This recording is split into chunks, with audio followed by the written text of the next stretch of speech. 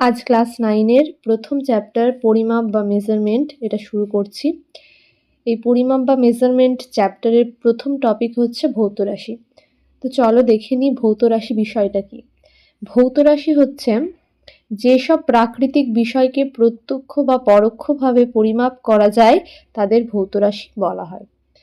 ভৌত রাশি বলতে এক কথায় কি বোঝায় এটা যদি বলা যায় তাহলে যে সমস্ত বিষয়কে আমরা পরিমাপ করতে পারি তাদেরই আমরা বলবো ভৌত রাশি।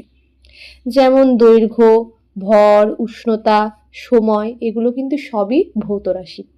যেমন দৈর্ঘ্য দিয়ে আমরা যদি বিচার করি, একটা রাস্তার দৈর্ঘ্য ধরে নিলাম 100 মিটারের একটা রাস্তা আছে, তাহলে সেক্ষেত্রে আমি রাস্তাটার দৈর্ঘ্য কি দ্বারা পরিমাপ করছি? মিটার দিয়ে, তাই তো? তো এই জন্য দৈর্ঘ্য একটা কিন্তু ভৌত রাশি, কারণ আমরা তাকে পরিমাপ করতে পারি। ভরও একটা ভৌত রাশি, কারণ ভরকে আমরা কোনো একটা বস্তুর ভর মনে করলাম 10 কেজি, তাহলে সেক্ষেত্রে আমরা কেজি দ্বারা তাকে পরিমাপ করছি। তাহলে ভর, দৈর্ঘ্য এগুলো সবই আমাদের ভৌত রাশি। উষ্ণতা, টেম্পারেচার এটাও ভৌত রাশি। সময় এটাও ভৌত রাশি। এগুলো সবই আমরা পরিমাপ করতে পারি। এরপরে নেক্সট পয়েন্টে চলে আসি। ভৌত রাশি কয় প্রকার ও কি কি? ভৌত রাশি 2 প্রকার। কি কি? একটা হচ্ছে আমাদের স্কেলার রাশি, একটা হচ্ছে ভেক্টর রাশি। এটা খুব ইম্পর্টেন্ট কিন্তু, যে ভৌত রাশি কি, ভৌত রাশি কয় প্রকার ও কি কি।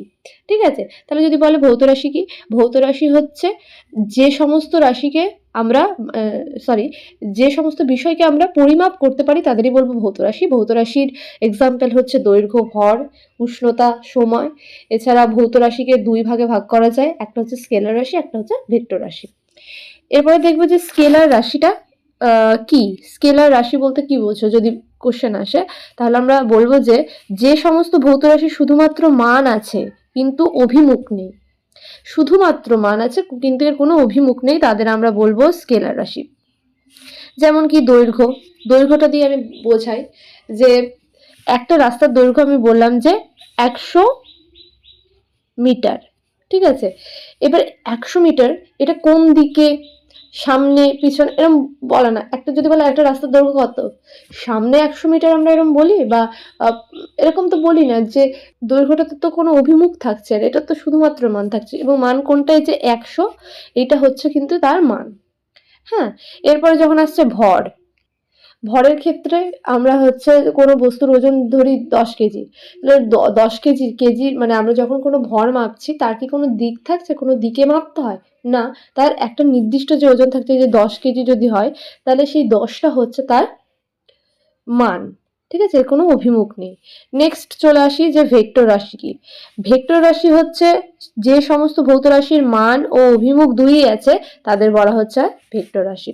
তাহলে মানও থাকছে, অভিমুখও থাকছে। এক্সাম্পল দেখে নিই, আমাদের সরণ, বেগ, ত্বরণ, বল দিয়ে যদি ধরি যে একটা বস্তুর ওপর একটা বস্তুর দিকে 10 নিউটন ধরলাম বল প্রয়োগ করা হলো, তাহলে একটা বস্তুর দিকে প্রয়োগ করা হচ্ছে বল। ঠিক আছে, তাহলে এর 10 নিউটন তো এটা মান গেল, এছাড়াও বস্তুটার দিকে বল প্রয়োগ করছি, তার মানে এখানে অভিমুখও রয়েছে, তার বল একটা ভেক্টর রাশি। এছাড়াও সরণ, ত্বরণ, বেগ এগুলোরও তাই নির্দিষ্ট দিক আছে, মানের সাথে সাথে নির্দিষ্ট দিক থাকে, তাই এগুলো হচ্ছে ভেক্টর রাশির মধ্যে পড়ে। আচ্ছা, আরেকটা জিনিস যেটা বলা হয়নি স্কেলার রাশির ক্ষেত্রে, স্কেলার রাশিতে যে যোগফল হয় না, সেটা কিন্তু বীজগাণিতিক নিয়ম অনুযায়ী হয়ে থাকে, আর ভেক্টর রাশিতে যে যোগ হয় সেটা ভেক্টর যোগের নিয়ম অনুযায়ী হয়। এই ভেক্টর যোগ, ভেক্টর গুণ এই জিনিসগুলো না ক্লাস 9-এর সিলেবাসে নেই, তো আমি আর ওটা ডিটেলসে বলছি না, এটা ক্লাস 11-এ রয়েছে। এরপরে দেখে নেব একটা মোস্ট ইম্পর্টেন্ট টপিক, যেটা হচ্ছে স্কেলার রাশি ও ভেক্টর রাশির মধ্যে পার্থক্য। এটা এক্সামে আসেই, তো এটা খুব ভালোভাবে তোমরা রেডি করবে। প্রথম পার্থক্যটা হচ্ছে স্কেলার রাশির শুধুমাত্র মান আছে কিন্তু অভিমুখ নেই, আর ভেক্টর রাশির মান ও অভিমুখ দুই আছে। তাহলে এটা একদম বেসিক পার্থক্য। নেক্সট 2 নম্বর পার্থক্য কি বলা রয়েছে, স্কেলার রাশির যোগ সাধারণ বীজগাণিতিক নিয়ম অনুযায়ী হয়, বললামই একটু আগে। এরপরে ভেক্টর রাশির যোগ বীজগাণিতিক নিয়ম অনুযায়ী হয় না, এটা ভেক্টর যোগ নিয়ম অনুসারে হয়ে থাকে। 3 নম্বর পয়েন্ট বলছে যে স্কেলার রাশির গুণফল, দুটি স্কেলার রাশির গুণফল সর্বদা কিন্তু স্কেলারই হবে, ঠিক আছে। আর দুটি ভেক্টর রাশির গুণফল হয় স্কেলার হবে নতুবা ভেক্টর হবে, ঠিক আছে। এই 3টে পয়েন্ট ভালোভাবে রেডি করে নেবে, এটা এক্সামের জন্য খুবই ইম্পর্টেন্ট। নেক্সট পেজে যাচ্ছি। নেক্সট পেজে কি রয়েছে, মৌলিক একক ও লব্ধ একক। দেখে নি মৌলিক একক বলতে কি বোঝায়। স্বাধীনভাবে গঠিত হয় ও যাদের সাহায্যে অন্যান্য ভৌত রাশির একক গঠন করা যায়, সেই সব ভৌত রাশির এককগুলোকে মৌলিক বা মূল একক বা ইংলিশে যেটাকে ফান্ডামেন্টাল ইউনিট বলা হয়ে থাকে। মানে একেবারে ভিত যাকে বলা হচ্ছে। এই যেমন এক একটা ইট দিয়ে ঘর তৈরি হচ্ছে, ঠিক তেমনই মৌলিক এককগুলো ইটের কাজ করছে, ঠিক আছে। এই এক একটা মৌলিক একক জুড়ে জুড়ে জুড়ে জুড়ে কিন্তু লব্ধ একক তৈরি করবে, সেটা আমি পরে বলছি। তাহলে মৌলিক একক হচ্ছে ভিত বা মেন একক, ঠিক আছে। এরপরে কি বলছে, এক্সাম্পল দৈর্ঘ্য, ভর ও সময়ের একক। প্রত্যেকটা ক্ষেত্রে এগুলোকে ইউজ করা হয়ে থাকে, এই দৈর্ঘ্য, ভর, সময়। হ্যাঁ, তাহলে এরপরে আসি যে লব্ধ একক কি। লব্ধ একক হচ্ছে যেসব ভৌত রাশির একক এক বা একাধিক মৌলিক এককের সাহায্যে গঠিত হয়, সেই সব ভৌত রাশির এককগুলোকে লব্ধ একক বা ডিরাইভড ইউনিট বলে। ওই যে বললাম যে মৌলিক একক এক একটা ইটের কাজ করে, আর লব্ধ একক সে ঘর, এক একটা ইট দিয়ে তৈরি একটা ঘর। তাহলে মৌলিক একক সহযোগে গঠিত এককই হচ্ছে আমাদের লব্ধ একক। এক্সাম্পল বেগ, ত্বরণ, বল, এগুলো হচ্ছে লব্ধ এককের এক্সাম্পল। আমি এক্সাম্পলগুলো বুঝিয়ে দিচ্ছি, তার আগে আরেকটা জিনিস বলে দিই, সেটা হচ্ছে এককের বিভিন্ন পদ্ধতি। এখানে দুটি পদ্ধতি আছে, একটা সিজিএস, একটা এসআই। কিন্তু শুধুই কি দুটো পদ্ধতি না, এছাড়াও এমকেএস রয়েছে, এফপিএস রয়েছে, হ্যাঁ, এই পদ্ধতিগুলো রয়েছে, ঠিক আছে। কিন্তু এই মেন পদ্ধতি কোন দুটো না, এই সিজিএস আর এসআই, এই দুটো হচ্ছে মেন পদ্ধতি। এই নিচে একটা চার্ট দেয়া রয়েছে, এটা তোমরা প্রত্যেকে খুব ভালোভাবে রেডি করবে। এটা হচ্ছে মৌলিক রাশির একক আর তাদের প্রতীক কি। প্রথমে বলছে দৈর্ঘ্য, দৈর্ঘ্যের একক কি মিটার, ভরের একক কিলোগ্রাম, সময়ের একক হচ্ছে সেকেন্ড, তাপমাত্রা কেলভিন, তড়িৎ প্রবাহ হচ্ছে অ্যাম্পিয়ার, দীপন প্রাবল্য হচ্ছে ক্যান্ডেলা, পদার্থের পরিমাণ হচ্ছে মোল। তাহলে এই 7টা যদি ভালো করে রেডি করো, তোমরা লব্ধ একক বের করতে পারবে ইজিলি। এবার আমি দেখবো যে বেগের একক কি করে বের করব। বেগ তো একটা লব্ধ একক। এবার বেগ কি কি দিয়ে গঠিত, বা ভেলোসিটি, বেগ মানে ভি বা ভেলোসিটি ইকুয়ালস টু, বেগ সমান কি ডিস্টেন্স বা অতিক্রান্ত দূরত্ব বাই সময়, তাই তো। অতিক্রান্ত দূরত্ব বাই সময়।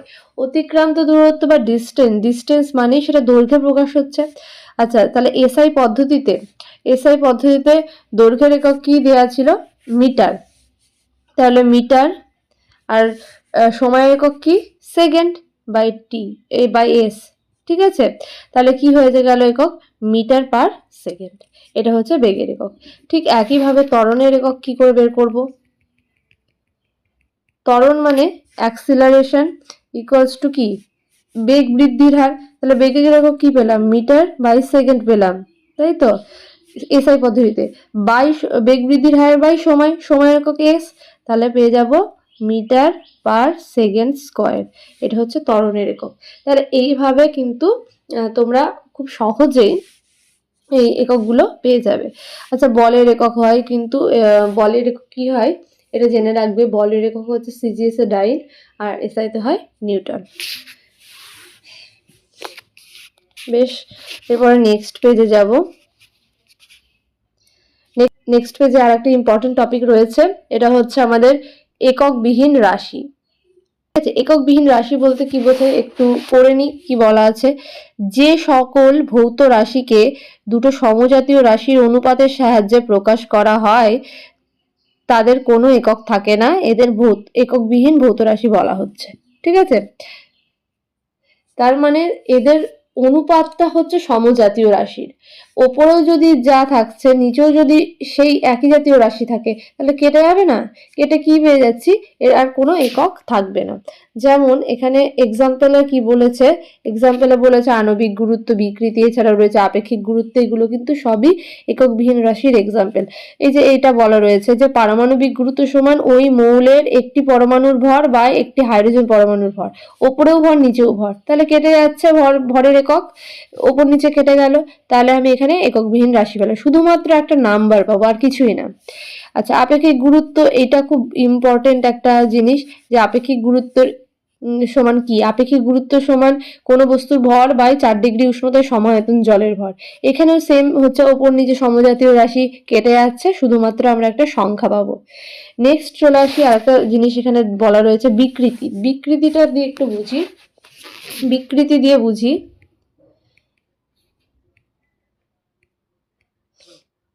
আচ্ছা, বিকৃতিটা দিয়ে বুঝবো। বিকৃতি বা স্ট্রেন, ইংলিশে বলা হয় এটাকে স্ট্রেন। স্ট্রেন সমান কি এটা আমরা দেখব।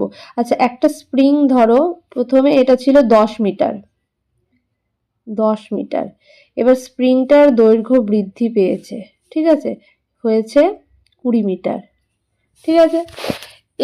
তার মানে স্ট্রেন বা বিকৃতি মানে আমরা বোঝাই যে পরিবর্তিত দৈর্ঘ্য, এটা পরিবর্তিত হয়েছে, ঠিক আছে, আর তার আসল দৈর্ঘ্য হচ্ছে 10, তাহলে পরিবর্তিত হয়েছে, পরিবর্তিত হয়েছে 20 মিটার, আর আসল দৈর্ঘ্য 10 মিটার, তাহলে মিটার মিটার কেটে গেল, তো সমজাতীয় রাশি তো এটা, তাহলে মিটার মিটার কেটে গেল, এখানে 10 দুগুণে 20, তার মানে 2 থাকছে।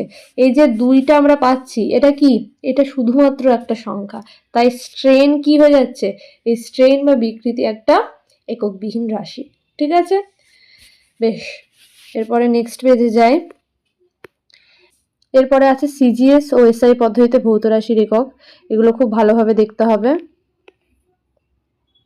এখানে একটা চার্ট আছে, এই চার্টটাকেও খুব ভালোভাবে পড়তে হবে। প্রথমে আছে যে ক্ষেত্রফল, ক্ষেত্রফলের সিজিএস পদ্ধতিতে একক হচ্ছে সেন্টিমিটার স্কয়ার, আর এসআই পদ্ধতিতে মিটার স্কয়ার। আয়তনের একক কি, আয়তনের হচ্ছে সিজিএস পদ্ধতিতে সেন্টিমিটার কিউব, এসআই পদ্ধতিতে মিটার কিউব। আমরা জানি, ছোটবেলা থেকে জেনে এসেছি যে ক্ষেত্রফল মানে তার বর্গ মানে স্কয়ার, আর আয়তনের ক্ষেত্রে মানে সেটা হচ্ছে ঘন, তার কিউব হবে। এবার হচ্ছে যদি একটা কোনো রাশি তুলে নিলাম এখান থেকে, আমি ঘনত্ব, ঘনত্বর একক কি হবে এটা একটু যদি বের করি, হ্যাঁ একটা দেখিয়ে দিচ্ছি আমি। ঘনত্বর প্রথমে আমি এসআইতে বের করি, ঠিক আছে। ঘনত্ব বা ডেনসিটি সমান হচ্ছে ভর বা এম বাই ভি, এম হচ্ছে ভর, ভি হচ্ছে আয়তন, ঠিক আছে।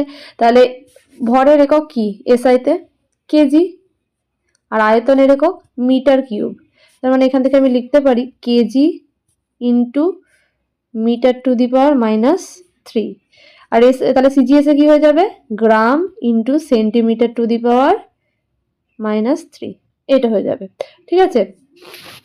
এটা হচ্ছে গেল ঘনত্বের ক্ষেত্রে। এরপরে যদি ত্বরণের দেখি, ত্বরণের আগে একটা একক বের করা শিখিয়ে দিয়েছি, তো এইভাবে তোমরা কিন্তু পরবর্তীগুলো যেমন রয়েছে চাপ, রৈখিক ভরবেগ, এগুলো বের করতে পারবে। আর বলের সিজিএস পদ্ধতিতে একক হচ্ছে ডাইন, আর এসআইতে হচ্ছে নিউটন, এটা খুব ভালোভাবে তোমাদের দেখতে হবে।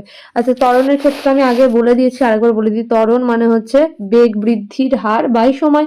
বেগ, বেগ বলতে মানে আমি এসআইতেই বের করছি আগে, তাহলে কি বেগের একক কি পেয়েছিলাম, বেগের একক পেয়েছিলাম মিটার পার সেকেন্ড, আর এখানে বাই সময়, সময়ের একক সেকেন্ড, তাহলে মিটার বাই সেকেন্ড স্কোয়ার, এটাকে আমি লিখতে পারি metre into second to the power -2। তাহলে এটা হচ্ছে এসআইতে গেল। সিজিএস এ কি হবে, centimetre into second to the power -2, ঠিক আছে। তো আজকের ক্লাসে এইটুকুই থাকলো, পরবর্তী ক্লাসগুলোতে আমরা এই চ্যাপ্টারেরই অন্তর্ভুক্ত টপিকগুলো নিয়ে আলোচনা করব।